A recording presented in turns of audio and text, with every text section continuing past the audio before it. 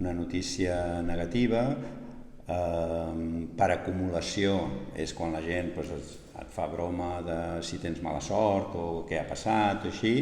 És una de les circumstàncies de l'esport, una de les possibilitats, que normalment hi ha una millor lògica i es passen moltes temporades amb poques lesions, que és lo normal, però aquesta vegada se'ns han acumulat i ens està creant dificultats per gestionar el dia a dia pel que fa als entrenaments i sobretot de cara als partits, els compromisos, la final de Lliga Catalana, la Supercopa. Anem una miqueta més justos i evidentment genera preocupació, però s'ha d'encarar el millor possible i la màxima lògica possible.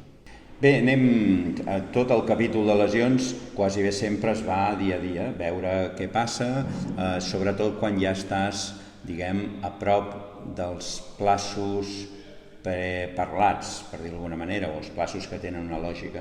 Llavors ja és el pla que s'hagi desenvolupat i per a aquella persona de recuperació i una mica dir, mira, ja comença a estar bé, el propi jugador normalment té molt a dir i com més expert sigui, més a dir. Jo crec que és la part més destacable positivament. Clar, tu dius en base als partits que has vist i així, i ha sigut molt destacable, però en el dia a dia, quan a vegades no hem pogut comptar ni amb júniors ni amb altres jugadores i muntem un entrenament. Aquí la resposta ha sigut excepcional i vosaltres ho veieu perquè acaba sent així amb una Supercopa o un partit d'Araski que mentre tenim gasolina diguem que no hi ha cap petit retret a fer. Possiblement és el més destacable de tot. Jo no ho comparteixo gaire a fora, ni la part destacable ni la part de plorera, per dir-ho d'alguna manera. Ai, mira, és que tal... Si procuro no dir res i funcionar, perquè també penso que això ajuda.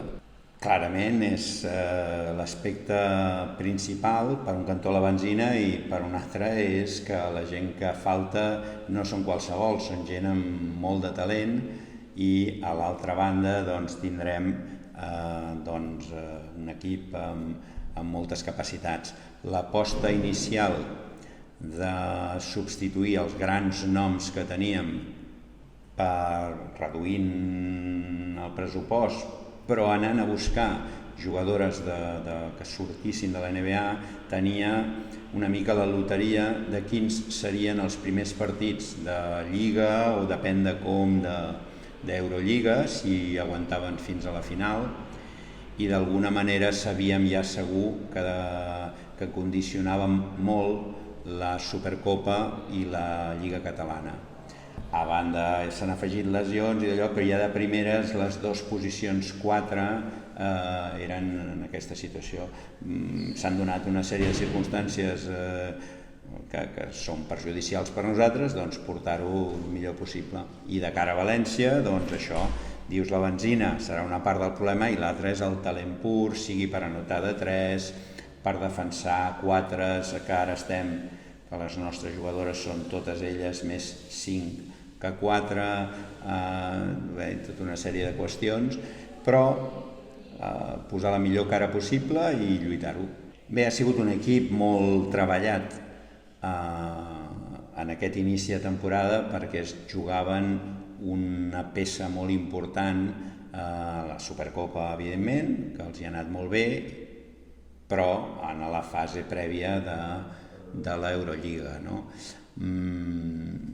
És un equip que hereda molt de l'any anterior, que ja anaven amb molt bona línia, és un equip amb molt bona economia, amb molt, no sé com dir-ho, amb una línia molt bona de tot tipus i no estan patint lesions, que és lo normal. Nosaltres també vam estar molt de temps l'any passat amb poques lesions i esperem que quan ara ho superem doncs, passem un període llarg.